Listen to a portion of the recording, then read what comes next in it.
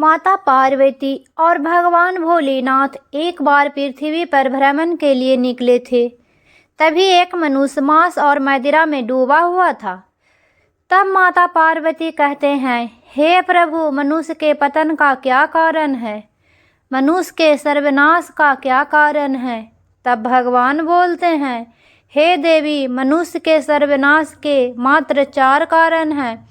मैं आपको एक कथा सुनाता हूँ जिससे आपके प्रश्नों का उत्तर मिल जाएगा। और यह कथा हर मनुष्य को ध्यान से सुनना चाहिए ताकि वह भी जिंदगी जीने की कला को समझ जाए। तो चलिए कथा शुरू करते हैं। तो दोस्तों, इससे पहले कि आप सब इस कथा में खो जाएं, चैनल को सब्सक्राइब कर लें। एक ब्राह्मण दरिद्रता से बहुत दुखी होकर राजा के यहाँ धन याचना करने के लिए चल पड़ा। कई दिन की यात्रा करके राजधानी पहुंचा और राजमहल में प्रवेश करने की चेष्टा करने लगा। उस नगर का राजा बहुत चतुर था। वह सिर्फ सुपात्रों को ही दान देता था।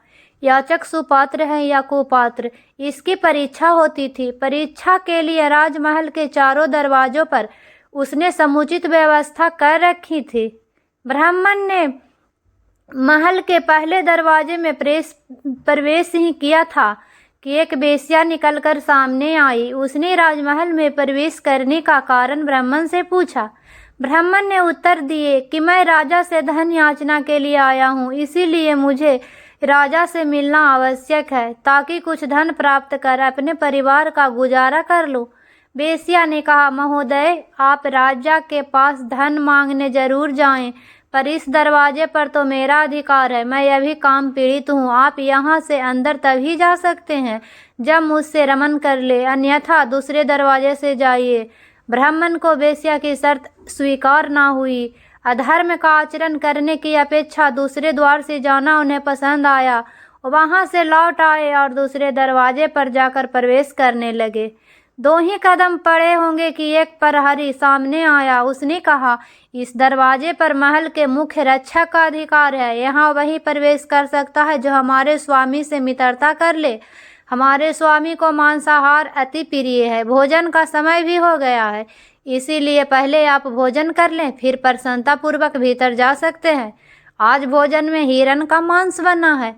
ब्राह्मण ने कहा, मैं मांसाहार नहीं कर सकता, यह अनुचित है। प्रहरी ने साफ साफ बता दिया कि फिर आपको इस दरवाजे से जाने की अनुमति नहीं मिल सकती। किसी और दरवाजे से होकर महल में जाने का प्रयास कीजिए। तीसरे दरवाजे में प्रवेश करने की तैयारी कर ही रहा था कि वहाँ कुछ लोग मदिरा और प्याले लिए बैठे मदिरा पी रहे थे। ब्राह्मण उन्हें अनदेखा करके घुसने लगा तो एक प्रहरी आया और कहा, थोड़ा हमारे साथ मद पियो, तभी भीतर जा सकते हो। यह दरवाज़ा सिर्फ उनके लिए है जो मदिरा पान करते हैं।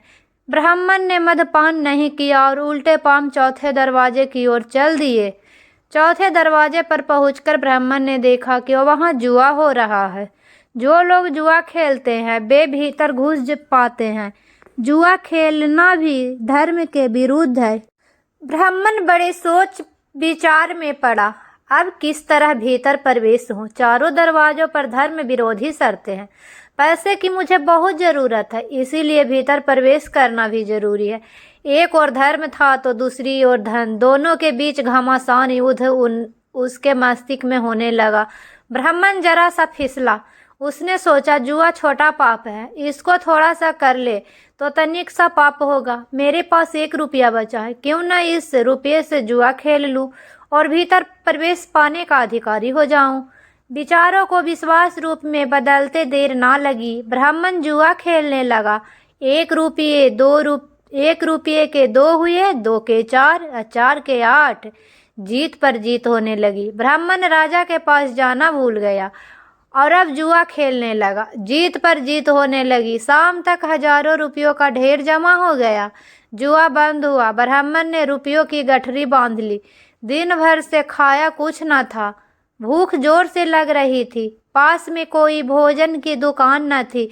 ब्राह्मण ने सोचा, रात का समय है, कौन देखता है, चलकर दूसरे दरवाजे पर मांस का भोजन मिलता है, वहीं क्यों न खा लिया जाए। स्वादिष्ट भोजन मिलता है और पैसे भी खर्च नहीं होता। दोहरा लाभ है। जरा सा पाप करने में कुछ हर्ज नहीं। मैं तो लोगों को पाप के प्रायश्चित कराता हूँ, फिर अपनी क्या चिंता है, कर लेंगे कुछ न कुछ। ब्राह्मण ने मांस मिश्रित स्वादिष्ट भोजन को छककर खाया। अस्वाभाविक भोजन को पचाने के लिए अस्वाभाविक पाचन पदार्थों की जरूरत पड़ती है। तामसी विकृत भोजन करने वाले अक्सर पान बीड़ी शराब की शरण लिया करते हैं। कभी मांस खाया न था, इसीलिए पेट में जाकर मांस अपना कर्तव्य दिखाने लगा। अब उन्हें मद्यपान की आवश्यकता महसूस हुई। आगे के दरवाजे की ओर चले और मदिरा के कई प्यालियां चढ़ाई। अब वह 3 प्रकार के नशे में थे। धन काफी था, साथ में सो धन का नशा, मांसाहार का नशा और मदिरा भी आ गई थी। कंचन के बाद कुछ का, सुरा के बाद सुंदरी का ध्यान आना स्वाभाविक है। पहले दरवाजे पर पहुंचे और बेसिया के यहाँ जा विराजे। बेसिया ने उन्हें संतुष्ट किया और पुरस्कार स्वरूप जुए में जीता हुआ सारा धन ले लिया। एक पूरा दिन चारों द्वारों पर व्यतीत करके दूसरे दिन प्रातःकाल ब्राह्मण महोदय उठे। बेसिया ने उन्हें घृणा के साथ देखा और शीघ्र घर से निकाल देने के लिए अपने नौकरों को आदेश दे दिया। उन्हें घसीटकर घर से बाहर कर दिया गया। राजा को सारी सूचना पहुंच चुकी थी। ब्राह्मण फिर चारों दरवाजों पर गया और सब जगह खुद ही कहा कि वह शर्तें पूरी करने के लिए तैयार है, प्रवेश करने दो। पर आज वहाँ शर्तों के साथ कोई अंदर जाने की नहीं देने की राजी हुआ। सब जगह उन्हें दुत्कार मिला। ब्राह्मण को न माया मिली न राम। जरा सा पाप करने में कोई बड़ी हानि नहीं है, यही समझने की भूल तो उसने धर्म और धन दोनों गंवा दिए। अपने ऊपर विचार करें, कहीं ऐसी ही गलतियां हम भी तो नहीं कर रहे हैं। किसी पाप का छोटा समझकर उसमें एक बार फंस जाने से फिर छुटकारा पाना कठिन होता है। जैसे ही हम बस एक कदम नीचे की ओर गिरने के लिए बढ़ा देते हैं, फिर पतन का प्रवाह तीव्र हो जाता है और अंत में बड़े से बड़े पापों को करने में भी हिचक नहीं होती। हर पाप के लिए हम खोखले तर्क की भी तैयार कर लेते हैं, पर याद रखें, जो खोखला है वह खोखला है।